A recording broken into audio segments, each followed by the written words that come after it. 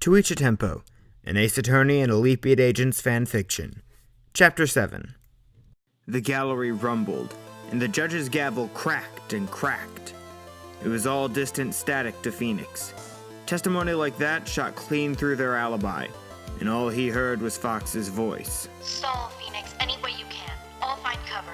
He listened to clattering keys and held back most of a nod.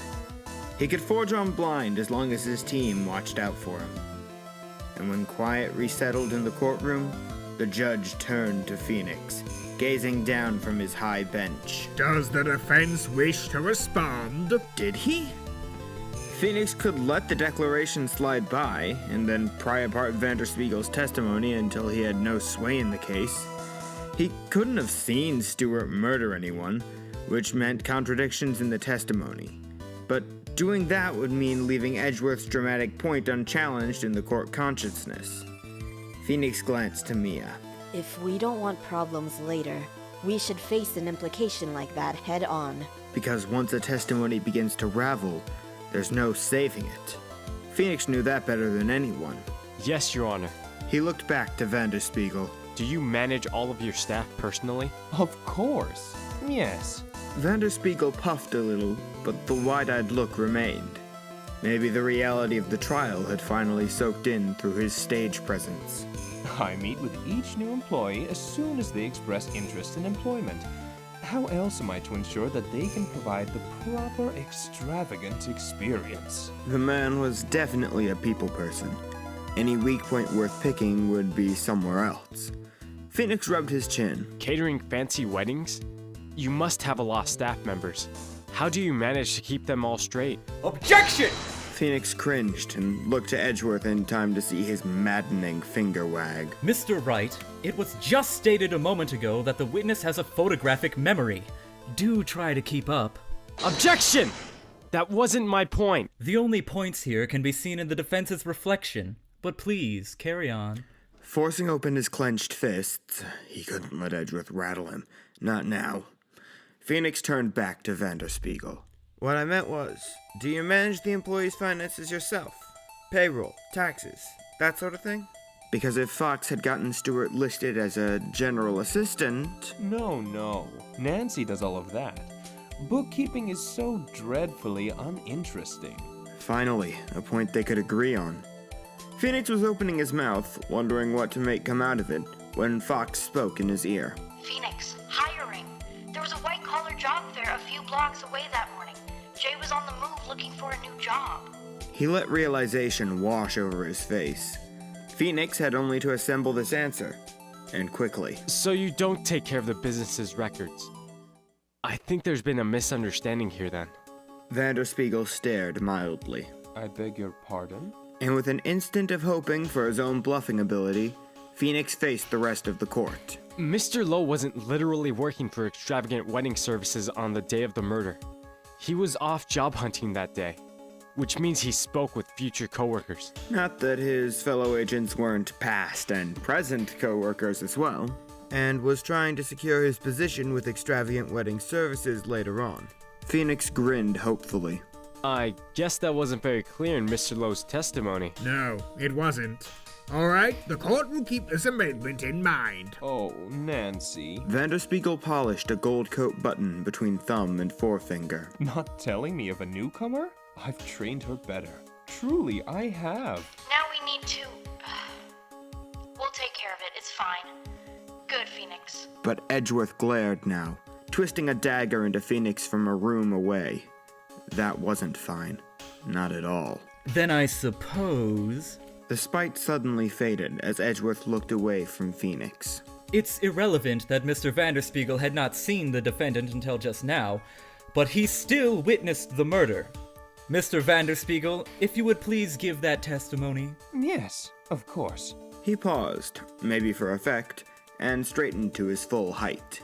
I noticed something amiss at 11:14 a.m. as Mr. Albert Tenier took the stage for his rendition of Livin' La Vida Loca. Hold it! How did you know the exact time? Did you check? A smile spread over Vanderspiegel's round face. Mr. Wright, my functions follow absolutely immaculate timelines. It would hardly be up to extravagant standards if an event missed its cue.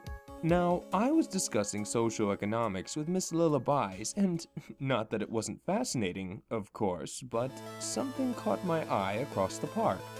The victim, I believe. Hold it! And how could you have known it was the victim? Easy, Phoenix. It took a moment for Mia's quiet words to register. Maybe a barking note was slipping into his questions. Phoenix didn't mean to snap, but it could still happen. Vanderspiegle paused to look affronted. Well, I had no such idea at the time, of course. I noticed a woman, a senior citizen, I supposed, entering the park's walking trail. It was her sweater that caught my eye, quite a brilliant white against the foliage. Phoenix glanced to the park map. The trail's entrance and the wedding reception were several hundred feet apart. A reasonable range to notice a white sweater at, but could Vanderspiegle recognize a face? Not unless he had a telescopic lens on that photographic memory. And it was a moment later, during the spectacular final chorus of Mr. Tennier's performance, that I noticed a dark figure by the trail. Hold it! The logistics glowed brilliant in Phoenix's mind now, every detail screaming. Why did you notice a dark figure if the karaoke was so spectacular? Because I am in charge of each and every function, Mr. Wright. I do not easily forget my role.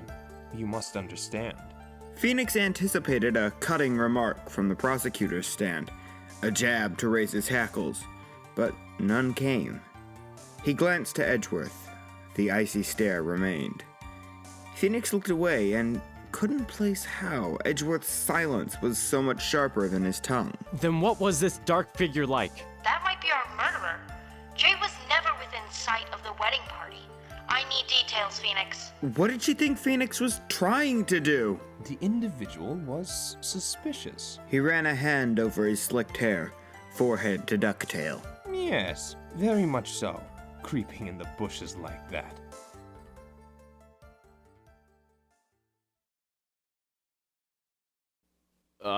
Is that all? Indeed it is, Mr. Wright. Jackson informed me then that one of our buffet steam tables neared death's door, and I excused myself from his spies to see to extravagance equipment. But that figure in the bushes, I had a bad feeling, I suppose. So when I saw that very figure fleeing the park, I immediately telephoned the police. Phoenix glanced to the park map, sketching flight paths in his thoughts. Fleeing? In which direction? Out along the path for a moment, after which he cut through the forest. Vanderspiegle shook his head. Terrible. Such a thing. He's not very helpful for someone good with details. Mia smiled sympathetically. We just need to keep pressing. He's sure to mention something important. I found some optometrist records, Phoenix. Vanderspiegel's got 20/20 vision. No excuses there. Push him hard. Wondering how far his agent teammate could hack, and whether the Pentagon's files might help their case, Phoenix looked to Vanderspiegle to try again. Mr. Vanderspiegle, about this suspicious figure. Would you recognize that person if you saw them again? Perhaps. I couldn't discern much except dark clothing, and the way he stumbled, I suppose, on the forest terrain. What about hair? Phoenix gestured to the defendant's box. Was this figure as blonde as Mr. Lowe is? It's quite distinctive when he's in agent uniform. A work of architecture. Phoenix couldn't be sure what Stewart muttered, not with so much courtroom floor between them, but his brief smile stifled behind his hand said enough. Vanderspiegle said nothing, gazing thoughtfully at nothing. Quiet stretched out awkward. At the corner of Phoenix's vision, the judge squirmed like a student at a dull lecture. Edgeworth folded his arms, tapping a finger. Mr. Vanderspiegle, if you would indulge the question. Yes, I'm thinking. The figure was fair-headed, yes, but I couldn't say for sure if he had blonde hair or was simply wearing a hat. Realization lit up in Vanderspiegle. May I make a small request of the defendant? If you would stand up, Mr. Lowe. The court's attention turned to Phoenix. He could guess where this was going, the train of thought Vanderspiegle was following. He looked to Stewart and nodded. Managing a nod back, Stewart faced the court and got to his feet. There was no trace of easy slouch in him now. He was tall and square-shouldered, stiff with agent pride. No, the figure I saw was not like Mr. Lowe at all. He was... oh dear. He knew something. He had information, and Phoenix wanted to slam the stand, but forced his palms down softer. Mr. Vanderspiegle, do you know the person you saw in the bushes? Objection! The witness has stated that he could only see dark clothing from such a distance. He couldn't reasonably identify a face. But I don't need to, Mr. Edgeworth. Silence rocked the court, and Vanderspiegle went on, gazing dolefully at the floor. I'm sure of it. The figure I saw had an odd gait. He stumbled as he moved, and he wasn't Mr. Lowe's build at all. It was... oh, he always seemed so harmless. Who was it, Mr. Vanderspiegle? Who did you see? Tucker. That's the only name of his that I know. He's a homeless individual. He must spend his time in Foster Park, since we see him at nearly every function we hold there. And no one else moves in such a way. Just the foothold they needed. Someone else at the scene. Maybe even the one to blame. It soared hot in Phoenix, and he looked to the judge. Your Honor, we can't possibly reasonably continue this trial without this Tucker individual. He's a key witness, or maybe even a suspect. At least in this case he is. Still no protest from Edgeworth. This was no time to question fortune. I agree. Mr. Edgeworth, would a half-hour recess be enough time to find the witness? Allow me to help with a search. Vanderspiegle quickly pulled a cell phone from his pocket. My mechanically inclined employees are in Foster Park at this moment, disassembling the stage setup. Extravagant staff are your staff, good sirs. I believe we can do that, Your Honor. It was decided then. The gavel cracked, and the court fell to recess. You're a real sight in there, Mr. Wright. The recess was bringing out his easy posture, Seven Nation Army couldn't hold you back. and Phoenix's briefcase looked like an army had tromped through it. Where was a paperclip when he needed one? We're not out of the woods yet. Mia brushed her bangs to one side with a delicately crooked finger, and refolded her arms. Do we know anything about Tucker? Not much at the moment. Tell her I'm working on it, but without a name or a decent description. Mr. Wright. Phoenix closed the briefcase, grabbed for his nerve, and turned to face Edgeworth. However far they had come, even now, especially now, that growl still chilled him. If I may speak with you in private. He knew this was coming. He knew Edgeworth wouldn't be fooled for long. Phoenix glanced to Mia. He didn't miss the worry and the confidence in her eyes. The same as before his very first trial. Mr. Rowe, shall we get a soda? Stewart, jerked along by his wrist, had the sense to quickly agree with her. Mia hadn't asked a question at all. Edgeworth watched them go, his eyes demanding answers from Mia's back. Again wondering if Edgeworth could see Maya's change, and supposing that it didn't matter, Phoenix braced. The cover was loosening already, before the case drew anywhere near its end. But he'd manage. He wasn't alone. He scratched his ear, or rather, mimed the motion enough to prod the round metal earpiece node, hoping he was doing it right. I'm here, Phoenix. And then the inevitable. Edgeworth's gaze snapped back to Phoenix. What was that? What was what? Don't play oblivious. A scowl twisted Edgeworth's mouth. His head lowered, his gaze storm dark. Lying about your client's whereabouts. I thought you were above that. I wasn't lying. Phoenix hoped hard his voice didn't betray him. He was bending the truth to suit him, seeking loopholes to escape into, and if anyone could spot that, it was Edgeworth. If anyone would refuse to forgive that, it was Edgeworth. The quiet loomed between them. Edgeworth stared his disbelief, his cold fury. Phoenix must have looked at Edgeworth the exact same way a few months ago. It felt awful. You changed your story today. You grasp at straws, Wright. You stall and bluff and pull all manner of absurd stunts, but you never change your story. God, it was true, and every word stabbed. Phoenix looked away, raked at his hair, and sank under all the guilt. You can't, Phoenix. He could practically feel her glare. You can't tell him not one word. Remember what you're protecting. He knew that. How could he forget? I know this looks bad, but I took a hard look at myself too. The past year's feelings fluttered, that raw sense that things could have been different between old friends turned rivals. I'm protecting an innocent client. I'm sure of that. It's just complicated. There's confidential information involved. I wouldn't be doing it if I didn't have to. Edgeworth, I need you to trust me. Edgeworth's scowl faltered. His glare flickered uncertainly over Phoenix and snapped away. You had better know what you're doing, Wright. That threat was barely loud enough to hear over Edgeworth's footfalls as he stalked away. Phoenix stood there for a moment. Not alone, but he might as well have been. I'm sorry, Foxx.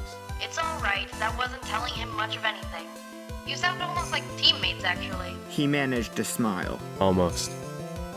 Our agents just need time to figure out the logistics. We'll have surveillance on Edgeworth soon. He might have useful information and we can't be sure he'll share. Also, water tended to be a little damp. Just keep at it, Phoenix. There's nothing we can't work through. If he was lucky, that was true. Nodding, murmuring agreement, Phoenix began searching the lobby for the rest of his team. With new witnesses came new upsets, and he would need a plan of attack.